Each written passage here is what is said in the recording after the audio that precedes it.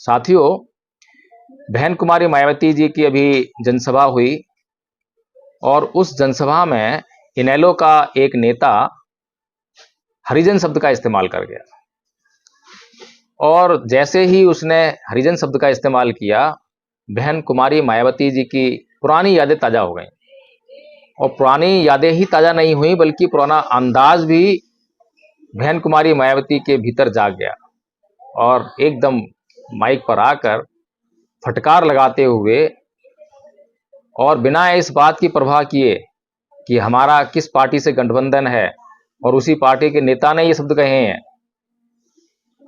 ये बात मुझे सबसे अच्छी लगी कि उन्होंने किसी भी बात की इस मामले में परवाह नहीं की और अपने समाज का सच्चे अर्थों में मार्गदर्शन किया। यही सामाजिक कार्य होते हैं, इसी को कहते हैं समाज का उत्थान करना, कि जहां मौका मिले वहां चूकना नहीं चाहिए, वहां अपने समाज का मार्गदर्शन करना चाहिए। बाबा साहब के बारे में इनको जानकारी है, लेकिन ये भी जानकारी लेनी चाहिए कि SC ST के लिए क्या लफ्ज इस्तेमाल किया गया है। क्योंकि मुझे याद है सन 1977 में जब मैं वकालत की पढ़ाई कर रही थी, LLB फर्स्ट ईयर की स्टूडेंट थी, दिल्ली यूनिवर्सिटी से पढ़ रही थी। 1977 में जनता पार्टी की सरकार बनी और इन्होंने वोट क्या कह के लिया था कि हम स्वर्गीय श्री बाबू जगजीवन राम जी को देश का प्रधानमंत्री बनाएंगे, जिसको कांग्रेस ने नहीं बनाया। कांग्रेस ने भी नहीं बनाया जिनको, और जनता पार्टी ने भी नहीं बनाया 77 में। तो दलित वर्ग के लोग, अनुसूचित जाति जनजाति वर्ग के लोग पूरे देश में बहुत नाराज थे, खफा थे। तो उस समय उन्होंने दिल्ली में एक 3 दिन का जाति तोड़ो सम्मेलन रखा और उसमें ऑल इंडिया की तरफ से, तो यूथ की तरफ से, नौजवानों की तरफ से मुझे उन्होंने इनवाइट किया बोलने के लिए।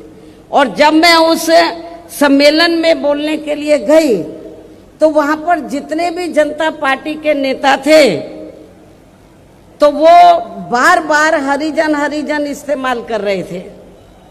तो मैंने उनको कहा कि एक तरफ तो आप जाति तोड़ने की बात कर रहे हैं और दूसरी तरफ आप हरिजन कह रहे हैं। यदि हम इसको पॉजिटिव सेंस में लें तो हम तो हरि का मतलब ईश्वर, हम तो ईश्वर की औलाद होगी, तो बाकी लोग क्या शैतान की औलाद है? ये मैंने 1977 में जब मुझे उन्होंने ऑल इंडिया की तरफ से इनवाइट किया तो ये मैंने वहां पर बोला था।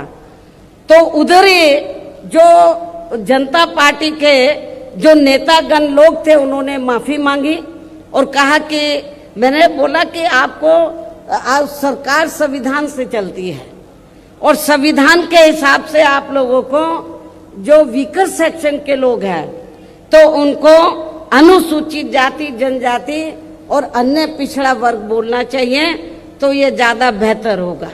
उनको रियलाइज करना पड़ा और ये कहना पड़ा कि बहन जी जो बोल रही है वो सही बोल रही है। वहीं पर दूसरी तरफ राजेंद्र पाल गौतम जी, जब उनको मौका मिला था अरविंद केजरीवाल को मुंह तोड़ जवाब देने का, तब वे चुप्पी लगा गए थे। केवल एक विधायक पद के लिए चुप्पी लगा गए थे और उस विधायक पद को पाने के लिए पूरे समाज को गिरवी रखने के लिए तैयार हो गए थे, समाज को बेचने के लिए तैयार हो गए थे और अंततः वो विधायक पद भी नहीं रहा। अंततः उन्हें मालूम पड़ गया कि अब मुझे MLA का जो है चुनाव में टिकट भी नहीं मिलने वाला है। फिर उन्होंने जो मजबूरी में कांग्रेस ज्वाइन कर ली। तो साथियों, जो बहन कुमारी मायावती जी ने किया वो वास्तव में एक माइलस्टोन है, एक ऐतिहासिक घटना है। इतिहास में इसको बार बार जो उठाया जाएगा, इसका नाम लिया जाएगा, इसको बताया जाएगा और इनेलो के नेताओं को नहीं बल्कि पूरे भारत के तमाम लोगों को इस बात को जान लेना चाहिए। जो लोग किन्हीं लोगों को हरिजन कह के पुकारते हैं, हरिजन मतलब हरि माने भगवान ईश्वर और जन माने लोग, यानी कि भगवान यानी ईश्वर के लोग। तो बहन जी ने जो जवाब दिया कि अगर ये लोग जो हैं हरिजन हैं, ईश्वर के लोग हैं, ईश्वर की संतान है, तो तुम क्या शैतान की संतान हो? लॉजिकल बातें हैं। बहुजन समाज के नेता, बहुजन समाज के महापुरुष हमेशा जो भी बात करते हैं उसमें पूरी सच्चाई और ईमानदारी होती है और तर्क होता है। और आज तक जो है इतिहास गवाह है, सच्चाई के सामने झूठ के पास अधिक तर्क मौजूद नहीं रहे हैं। कुछ समय के लिए झूठ अपना आवरण पैदा करता है, लेकिन जैसे कि बादलों की गिरफ्त में चंद्रमा आता है और जैसे ही बादल छटते हैं चंद्रमा उनसे मुक्त होकर प्रकाशित होने लगता है, सूर्य प्रकाशित होने लगता है, उसी प्रकार से सत्य भी थोड़ी बहुत देर तक तो झूठ से या झूठ के आवरण में आ जाता है, छुप जाता है, लेकिन जैसे ही वो आवरण हटता है वैसे ही सत्य ही चमकता है। तो सत्य ये है कि भारत में जो भी लोग मनुष्य के रूप में जन्मे हैं वे मनुष्य हैं, इंसान हैं। ना तो वे ब्राह्मण हैं, ना बनिए हैं, ना जाट हैं, ना गुजर हैं, ना चमार हैं, ना भंगी हैं, ना हरिजन हैं, ना दलित हैं। ऐसा कोई भी शब्द जो है कोई भी व्यक्ति अगर किसी के लिए भी इस्तेमाल करता है तो पहली बात तो वो असत्य बोल रहा है, झूठ बोल रहा है। इस बात को हमें समझना चाहिए, यानी कि वो झूठा आवरण पैदा करने का प्रयास कर रहा है और इस बात की पूरी पूरी संभावना है कि उसको अपने झूठ के लिए कहीं पर भी अपमानित होना पड़ सकता है। जैसे ही उस झूठ का कहीं पर भी रहस्य उद्घाटन होगा, उसके बारे में पता लगेगा, तो निश्चित तौर पर उसको अपमानित होना ही पड़ेगा। तो यदि कोई भी व्यक्ति अपने आप को अपमानित नहीं करवाना चाहता है, अपना सम्मान चाहता है, तो इन शब्दों के इस्तेमाल से बचना चाहिए। कोई व्यक्ति अपने आप को ब्राह्मण कहे, अपमानित होने वाला है। कोई व्यक्ति दूसरे को ब्राह्मण कहे, अपमानित होने वाला है। कोई व्यक्ति अपने आप को चमार कहे, भंगी कहे, या दूसरे को चमार कहे, भंगी कहे, ये दोनों ही लोग अपमानित होने वाले हैं, क्योंकि दोनों ही झूठ बोल रहे हैं। जब तक यह आवरण बना रहता है तब तक तो उसको बड़ा मजा आता है, आनंद आता है, आहा मैं ब्राह्मण, ओहो मैं सबसे ऊंचा। लेकिन जब उसका सच से सामना होता है धराशायी हो जाता है। एक बार की बात है, भगवान बुद्ध अकिक भारद्वाज जो कि यज्ञ कर रहा था, यज्ञ की अग्नि जली हुई थी, उसमें आहुति दे रहा था। भगवान बुद्ध भिक्षाटन करते हुए आ रहे थे। दूर से ही देखते हुए अकिक भारद्वाज बोला, तत्रेव मुंडक तत्रेव समण तत्रेव वसल। ठहर जा। मुंडक मतलब सिर मुंडा, यानी कि जिसका सिर मुड़ा हुआ हो। आपने तो भगवान बुद्ध को जो है बालों से देखा होगा, लेकिन भगवान बुद्ध भी सिर मुड़ाकर ही रहा करते थे। तो क्या कहा, ठहर जा सिर मुड़े, ठहर जा समण, और ठहर जा वसल। वसल मतलब नीच। अब भगवान बुद्ध जो है सत्य को जानने वाले थे और दूसरी तरफ आगे भारद्वाज ब्राह्मण, जिसका सत्य से कोई नाता नहीं है, सत्य को कभी पहचाना नहीं है। परिवार ने उसको बता दिया कि तू भैया ब्राह्मण परिवार में पैदा हुआ है, तू ब्राह्मण है, तो वो ब्राह्मण मानकर ही अपने आप को जो है चलते आ रहा है, जीवन जी रहा है। पहली बार भगवान बुद्ध से उसका सामना होने वाला है और भगवान बुद्ध जो है विचलित नहीं होते। भगवान बुद्ध समझाते हैं उसको कि हे अज्ञिक भारद्वाज ब्राह्मण, क्या तुम्हें पता है कि वसल कौन होता है? तो अज्ञिक भारद्वाज जो है ईमानदारी से जवाब देता है। आजकल तो इतनी ईमानदारी भी नहीं है कि अगर नहीं पता है तो मना कर दें कि मुझे नहीं पता है, लेकिन अज्ञिक भारद्वाज ईमानदारी जवाब देता है कि मुझे नहीं पता कि वसल कौन होते हैं। तो फिर वो कहता है कि कृपया करके मुझे तथागत बताएं कि वसल कौन होते हैं। तो भगवान बुद्ध से बताते हैं कि वसल यानी कि नीच कौन कौन होते हैं।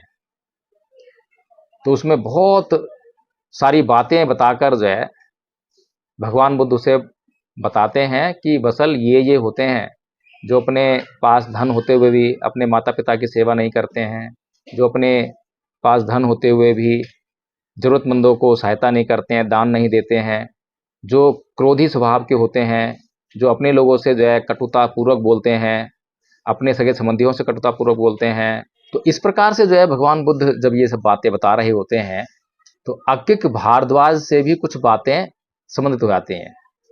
तो वो पहचान लेता है कि जिसको मैं वसल बोल रहा हूँ, नीच बोल रहा हूँ, दरअसल तो उसके पास ऐसा कोई कारण ही नहीं है कि उसको वसल बोला जा सके, या वो वसल हो नीच हो।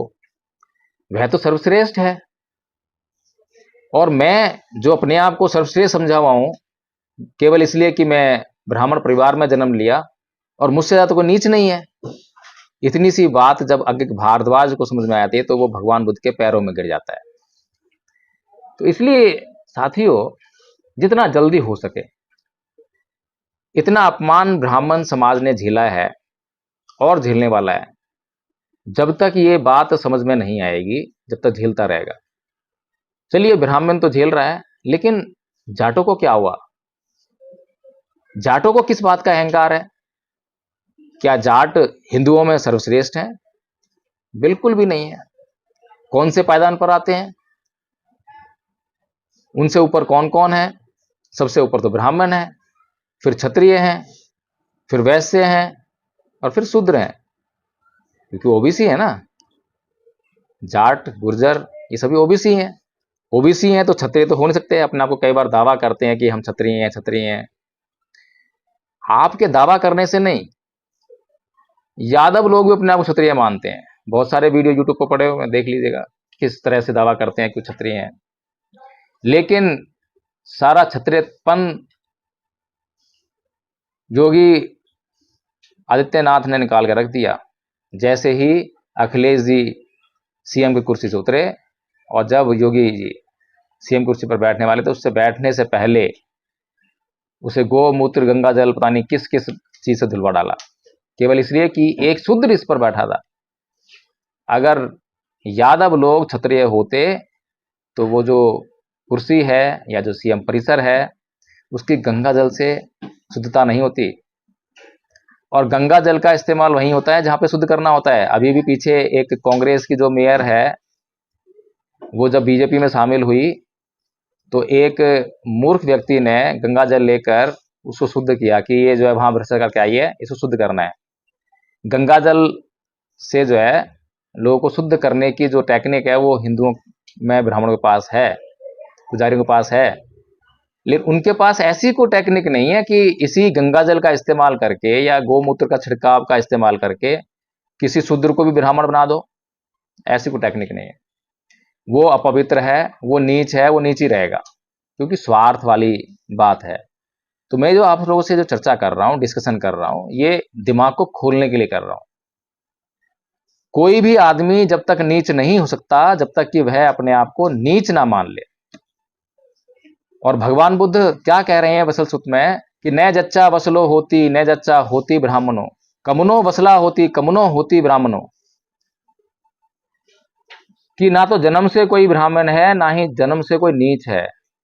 आदमी कर्म से ही नीच बनता है और कर्म से ही ब्राह्मण बनता है। गांधी जी की भी बहुत बड़ी समस्या थी। गांधी जी बाबा साहब को बोल रहे हैं कि हर एक व्यक्ति को उसको अपने जाति के हिसाब से काम करना चाहिए। अब बाबा साहब तो बाबा साहब हैं, तपाक से पूछ बैठे, गांधी जी आप तो बनिया समाज में पैदा हुए, तो आपने बैरिस्टरी क्यों करी, वकालत क्यों करी, फिर आप पूजा पाठ करते हो। पूजा पाठ करना तो काम नहीं है बनिएगा, पूजा पाठ का काम तो ब्राह्मण का है। तो आप जो है इस वर्ण व्यवस्था को क्यों नहीं फॉलो करते हो। कुल मिलाकर ये है कि वर्ण व्यवस्था भी भेदभाव भरी है, पूरी भेदभाव भरी है। ऊपर के तीनों वर्णों को पूरी आजादी है कि वो कोई भी काम करें, इंटरचेंज कर सकते हैं, एक दूसरे का काम कर सकते हैं। और तीनों वर्णों की हिम्मत नहीं है कि वो चौथे वर्ण का काम कर ले। लेकिन चौथे वर्ण को इस बात का प्रतिबंध है कि किसी भी सूरत में वो इन तीनों वर्णों के काम को नहीं करेगा। वाह भाई वाह, मतलब कैसी व्यवस्था है। इसे नीच व्यवस्था ना कहें तो और क्या कहें, इसे नीच धर्म ना कहें तो क्या कहें। तो आदरणीय बहन कुमारी मायावती जी ने जो आज साहस दिखाया है कि उन्हें इस बात से कोई फर्क नहीं पड़ता कि इनेलो क्या करेगी क्या नहीं करेगी। गठबंधन इनेलो के फायदे के लिए है। हरियाणा में चुनाव चल रहे हैं और रिजल्ट आ जाएगा। आज तक का इतिहास भी रहा है, सवर्णों ने कभी भी बसपा को वोट नहीं किया है, बसपा को जिताने का काम नहीं किया है। लेकिन बसपा के वोटर्स ने जिसके साथ भी गठबंधन हुआ उसको जिताया है।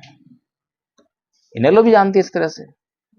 अभी पीछे कुमारी शैलजा जी को हुड्डा जी के समर्थक ने चमार कह के संबोधित किया, तब भी मैंने एक वीडियो बनाया था और तब भी आपको ये बताने का प्रयास किया था कि हुड्डा जी आज जो है अगर राज्य स्तर पर भी राजनीति कर रहे हैं तो उनका फर्ज बनता है कि अपने जाट समाज में जाकर वे उसको कैटराइज करें, उसको संगठित करें, समझाएं कि जातिवाद से ऊपर उठें।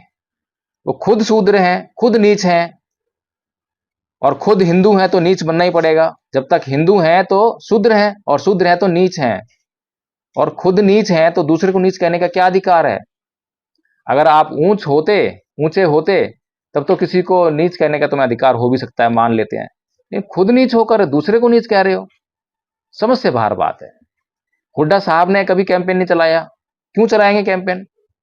क्योंकि सारा जाट समाज तो जातिवादी है, जाट समाज को जातिवाद से फुर्सत नहीं है। तो अगर कैंपेन चलाने निकले तो होगी राजनीति, फिर तो राजनीति नहीं कर पाएंगे। इसलिए राजनीति का तकाजा है, जैसा जाट समाज चाहता है वैसा ही बोलते जाओ, वैसा करते जाओ, उनको सुनते जाओ बस। इसीलिए उस समर्थक को ना तो पार्टी से निकाला होगा, ना उसके खिलाफ कोई कड़ा एक्शन लिया होगा, कुछ नहीं हुआ। गलती उस समर्थक की नहीं है, गलती हुड्डा जी की भी नहीं है, गलती राहुल गांधी की भी नहीं है, गलती कुमारी सैलजा की है। चुप्पी लगाना जो है गलती होती है, बहुत बड़ा अपराध है। बाबा साहेब कहते थे कि अत्याचार को करने वाले से अधिक गुनहगार अत्याचार को सहने वाला है। बहन जी ने तो नहीं सहा, इतने बड़े मंच पर लाखों की भीड़ में तुरंत से जवाब दिया कि सुनो भाई, तुमने अभी हरिजन कहा है, किसको कहा है हरिजन? अगर ये लोग हरिजन हैं तो तुम क्या शैतान की औलाद हो? तो ये जो तेवर हैं, ये तेवर एक सामाजिक कार्यकर्ता के भीतर ही हो सकते हैं, जो समाज के लिए सोचता है। लेकिन जो अपने लिए सोचता है वो ना तो अपनी इज्जत बचा पाता है, ना ही समाज की इज्जत बचा पाता है। और जो अपने लिए सोचते हैं वो अपनी भी इज्जत को डुबोते हैं और समाज की तो बेकदरी करवाते ही हैं। तो इसलिए साथियों, इस वीडियो के माध्यम से मैं यही कहना चाहता हूं कि हमारी इज्जत हमारे हाथ में है, और ये जातिवादी जो मानसिकता है ये हमारा तब तक नुकसान कर रही है जब तक कि हम इस जाति व्यवस्था का अंग हैं। बाबा साहेब ने हमें अच्छा मार्ग दिखाया है, बौद्ध धर्म का मार्ग। वो इसीलिए दिखाया है कि हम इस व्यवस्था से हट जाएं, इस व्यवस्था में बिल्कुल यकीन ना करें, और हम केवल इंसान हैं, इंसान होने में गर्व महसूस करें। इंसान होने के अलावा अगर किन्हीं भी चीज़ों में गर्व महसूस करोगे तो वो असत्य हो जाएगा, और असत्य का जो है पर्दाफाश होता ही है। और जिस दिन असत्य का पर्दाफाश होगा उस दिन जो है हमें नजरें झुकानी ही पड़ेंगी। तो साथियों, इस वीडियो को लाइक करें और कमेंट में बताएं कि बहन जी ने जो किया वो आपको कैसा लगा। क्या बहन जी का गठबंधन के दौरान, गठबंधन के मंच से इस प्रकार की बातें करना राजनीतिक रूप से सही है या गलत है? इस वीडियो को शेयर करना बिल्कुल ना भूलें। जय भीम, नमो बुद्धाय।